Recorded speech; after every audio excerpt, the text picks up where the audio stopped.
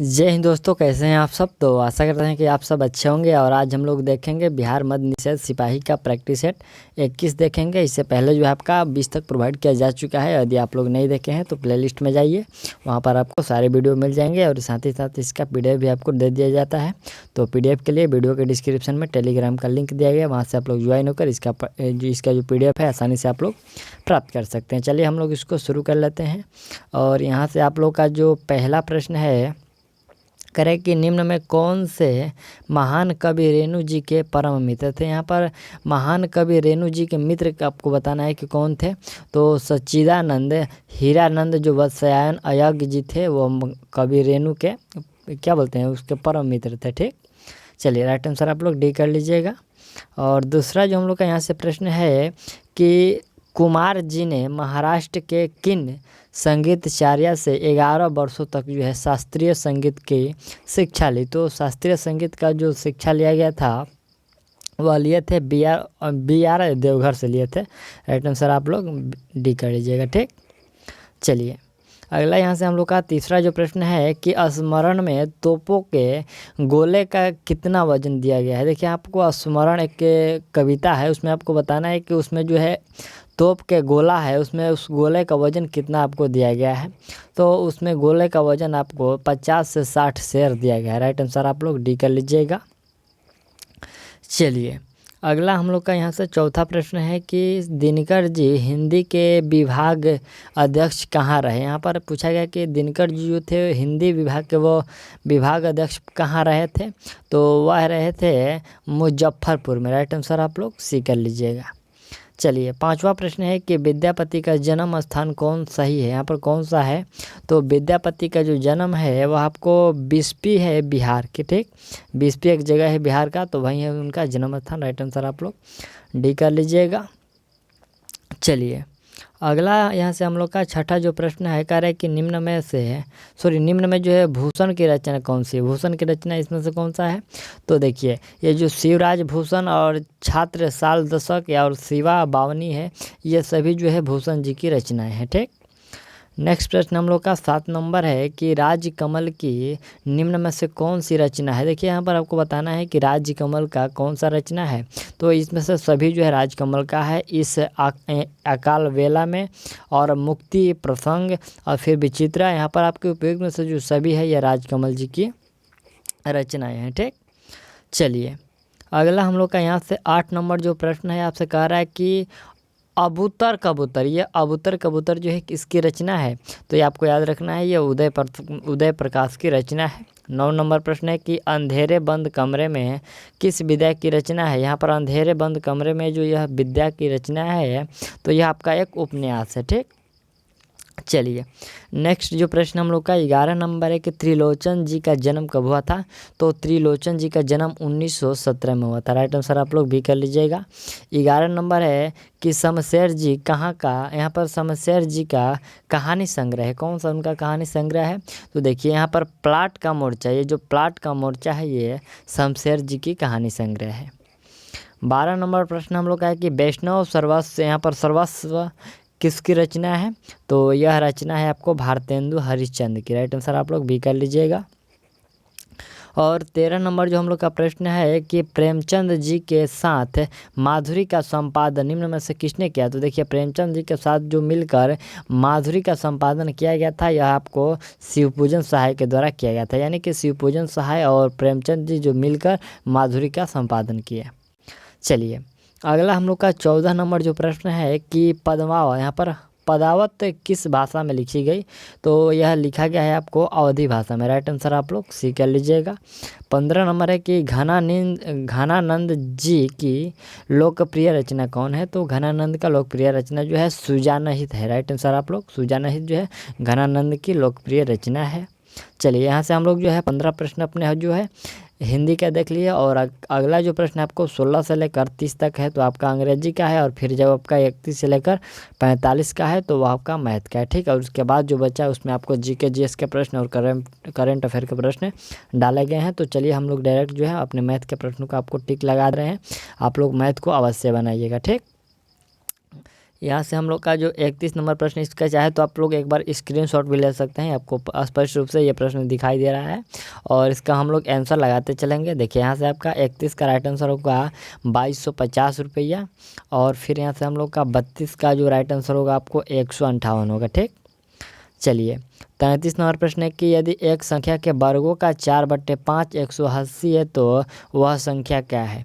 तो देखिए वह जो संख्या है वह है आपका 15 है। ठीक, राइट आंसर आप लोग ए कर लीजिएगा। अगला प्रश्न है कि यदि ए बराबर 7 के पावर 3 गुना यहाँ पर 6 के पावर 4 तथा यहाँ पर बी बराबर जो है 7 के पावर 5 और गुणा 6 के पावर 3 है, तो यहाँ पर ए और बी का मान ज्ञात करना। क्या होगा, ए और बी का मान यहाँ पर आपको 7 के पावर 8 और गुणे 6 के पावर 7 होगा। ठीक, यानी कि ऑप्शन जो आपका डी करेक्ट है, आप लोग इसको बनाइएगा। और यहाँ से यहाँ पर 35 नंबर प्रश्न है, तो 35 का राइट आंसर आपको ए हो जाएगा। यहाँ पर ये बट्टे में आपको 2 दिया गया है, यहाँ पर कोष्ट 21 माइनस रूट 437 और कोष्ट बंद है, उसके बट्टे में जो आपका 2 दिया गया है। ठीक, ऑप्शन ए करेक्ट कर लीजिएगा। चलिए यहाँ से हम लोग का जो 36 नंबर है, तो यहाँ पर आपको 7.5 हो जाएगा कि यहाँ पर पूछाएगा कि टंकी कितने घंटे में भर जाएगा, तो 7.5 में आप लोग इसको बनाइएगा। ठीक, चलिए अगला यहाँ से हम लोग का जो 37 नंबर प्रश्न है, तो 37 का जो राइट आंसर इसमें होगा केवल 1 हो जाएगा। ठीक, यानी कि 1 से लेकर 116 तक 7 के गुणांक है। यहाँ पर जो 1 से लेकर 116 जो है ये 7 के 16 गुणांक है। ठीक, आपका राइट आंसर केवल 1 सही है।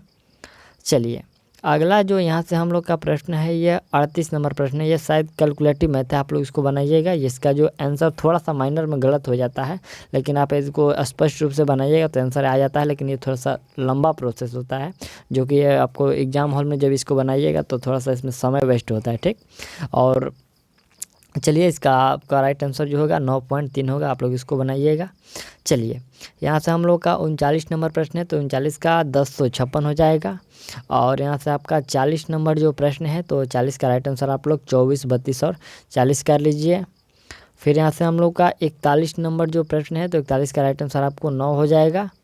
और फिर यहाँ से हम लोग का 42 है, तो 42 का राइट आंसर आपको 500 होगा। ठीक, चलिए यहाँ से हम लोग का 43 है, तो 43 का राइट आंसर आपको 924 हो जाएगा। ठीक, चलिए यहाँ से हम लोग का 44 है, तो 44 का राइट आंसर आपको 2 होगा। और फिर आपका जो मैथ का अंतिम प्रश्न जो कि 45 नंबर है, करे कि 3 संख्याएं 2, 3, 5 के अनुपात में है, यदि उसके वर्गों का योग 950 है तो संख्याएं आपको बताना है। तो वह संख्याएं जो होगा आपका 10, 15 और 25 होगा। ठीक, राइट आंसर आप लोग भी कर लीजिए। और चलिए यहाँ से हम लोग का जो है जीके का प्रश्न स्टार्ट होता है। प्रश्न है कि आदि मानव का अध्ययन निम्न में से किस काल के अंतर्गत किया जाता है। तो आदि मानव का जो अध्ययन है यह किया जाता है आपको प्रागैतिहासिक काल से। ठीक है, आप लोग राइट आंसर भी कर लीजिएगा। और चलिए यहाँ से अगला प्रश्न हम लोग का 47 नंबर है कि किस संगीत, यहाँ पर संगीति के पश्चात बौद्ध धर्म में 2 भागों में बट गया था। ठीक, यहाँ पर आपसे बताना है कि कौन से संगति के बाद जो है बौद्ध धर्म 2 वर्गों में बट गया था।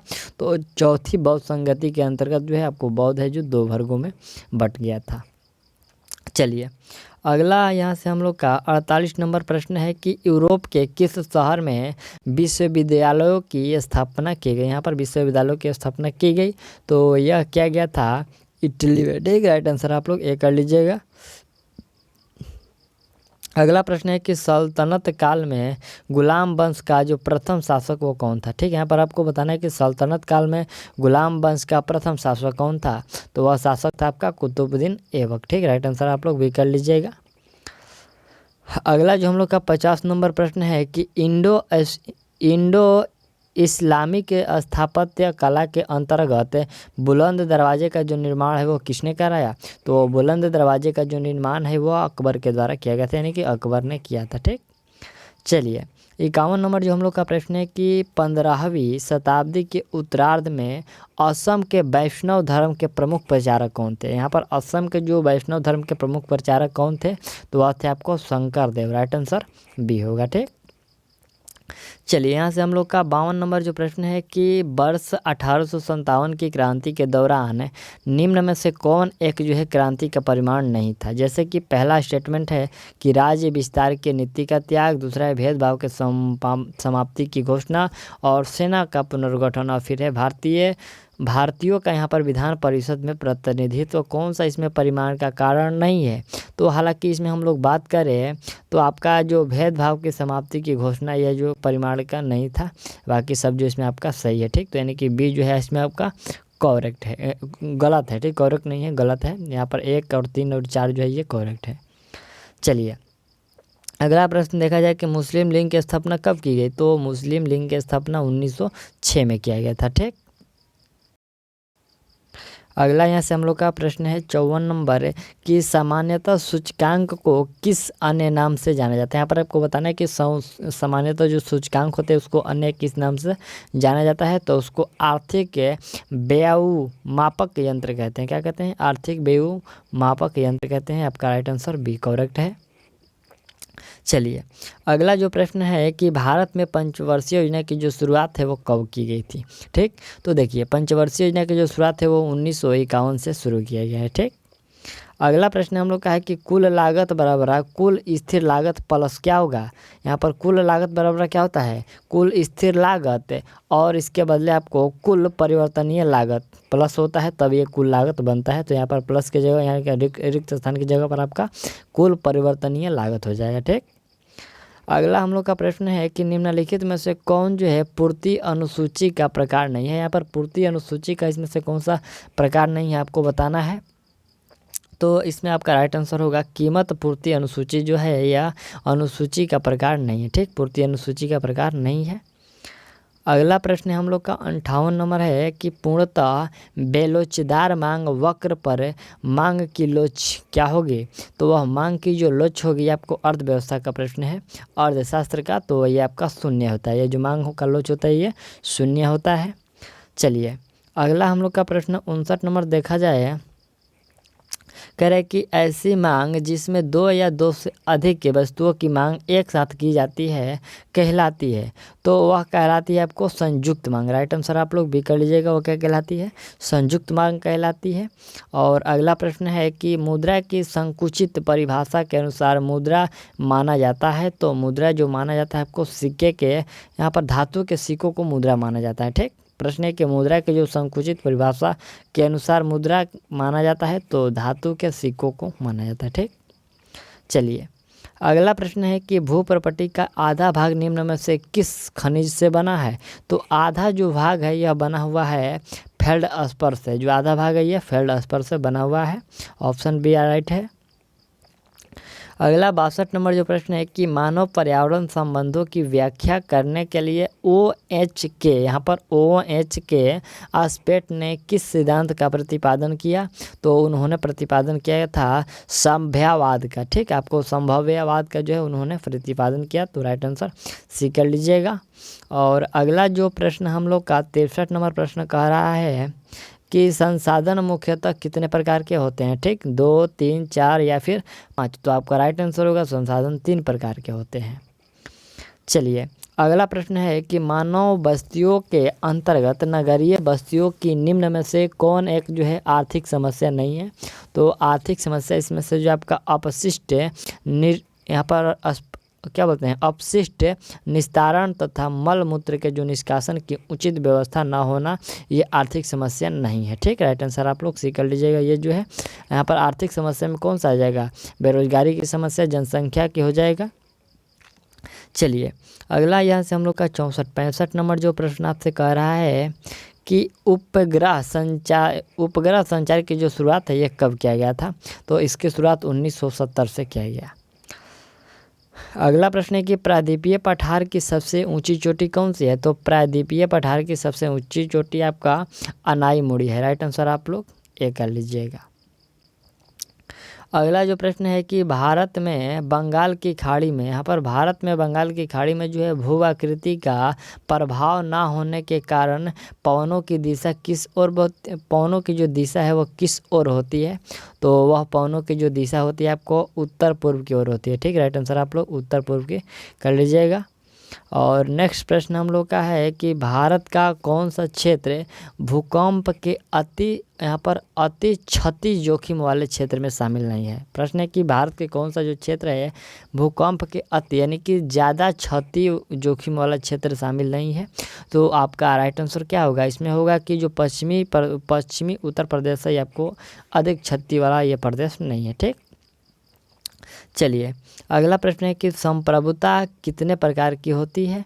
तो जो संप्रभुता होती है आपको 5 प्रकार की होती है। ठीक, चलिए अगला प्रश्न हम लोग देखते हैं। यहाँ से 70 नंबर जो प्रश्न है कह रहा है कि जनपद के राज्य तथा राज्य के साम्राज्य का विकास किस सिद्धांत से संबंधित प्रक्रिया का परिमाण है।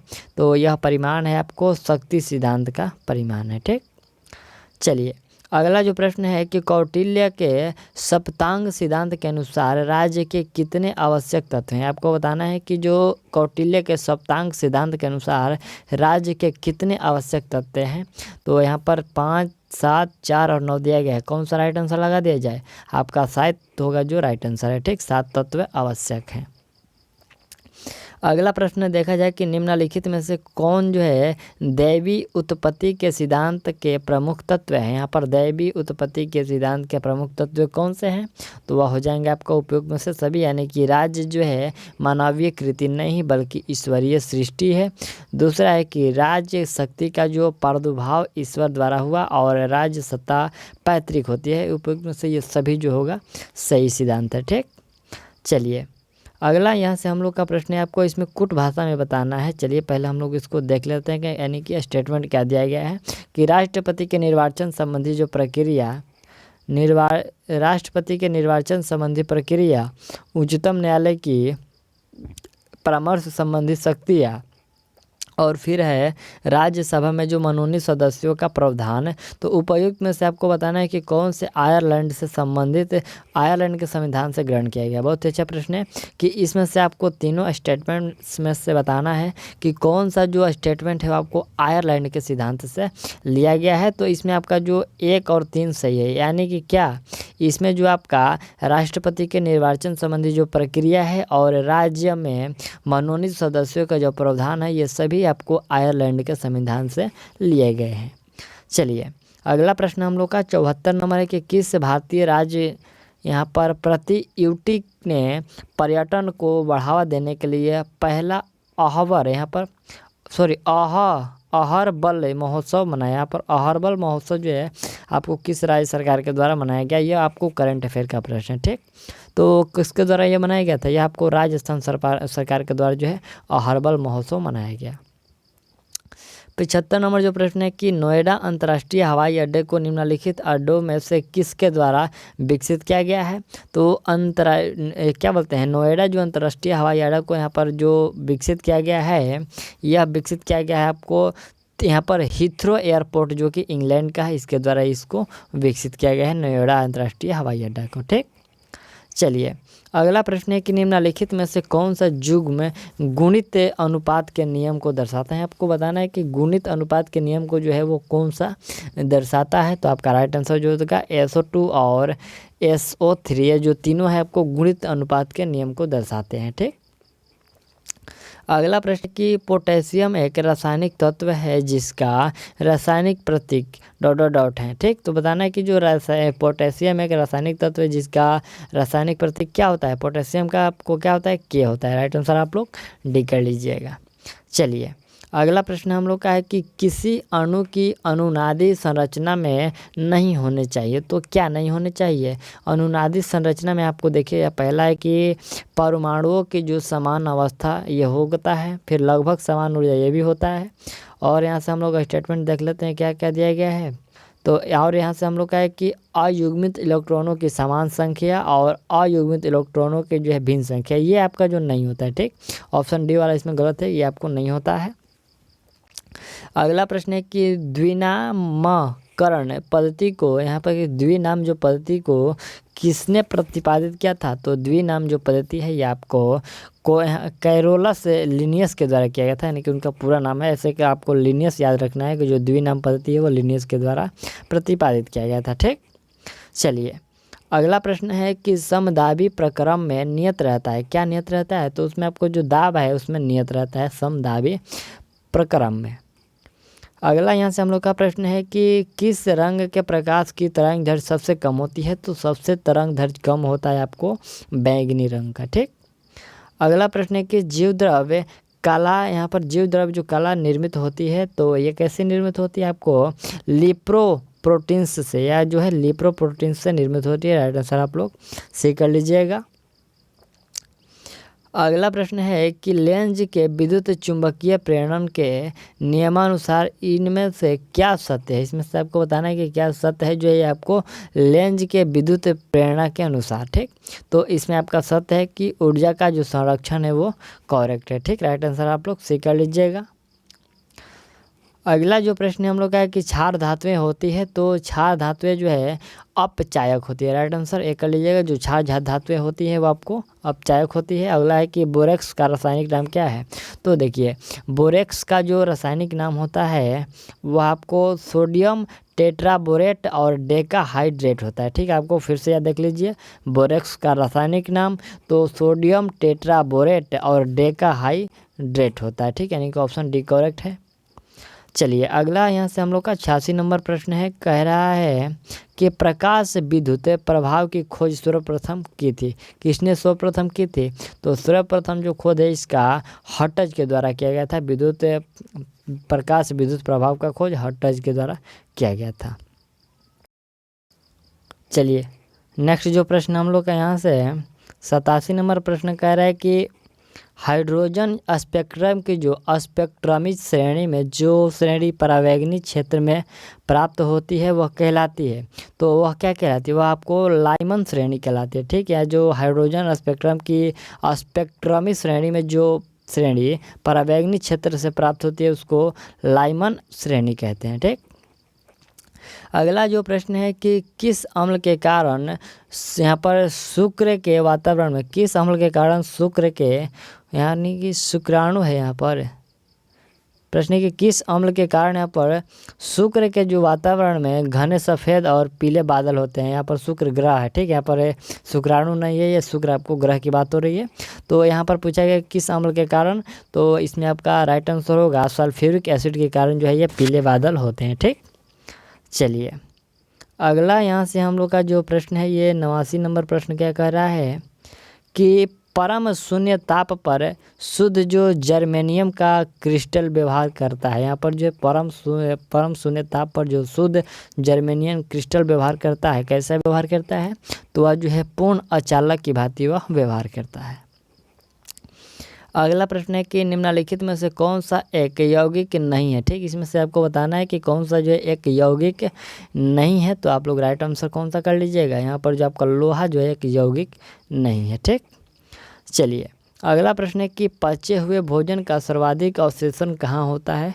तो पचे हुए जो भोजन है उसका अधिक अवशोषण जो होता है ये छोटी आंत में होता है। ठीक। चलिए अगला प्रश्न है कि स्वच्छ आकाश का नीला रंग किस कारण से दिखाई देता है? तो नीला रंग दिखाई देने का कारण जो होता है आपको प्रकाश का प्रकीर्णन होता है। आपको याद रखना है कि प्रकाश का प्रकीर्णन, क्योंकि बहुत से बच्चे जो है प्रकीर्णन और परावर्तन और अपवर्तन में जो है वो कन्फ्यूज हो जाते हैं। तो आप लोग गौर करिएगा, यहाँ जो नीला रंग होता है वो प्रकाश के प्रकीर्णन के कारण होता है। ठीक। चलिए अगला प्रश्न है कि मोटर वाहन की बैटरी में कौन सा अम्ल प्रयोग किया जाता है? तो उसमें आपको जो है H2SO4 यानी कि सल्फ्यूरिक अम्ल का प्रयोग किया जाता है। नेक्स्ट प्रश्न है कि निम्नलिखित में से किसकी अभिक्रिया से फास्फोरस से फॉस्फिन बनाया जाता है? यहाँ पर कौन सी अभिक्रिया से जो है फास्फोरस से फॉस्फिन बनाया जाता है?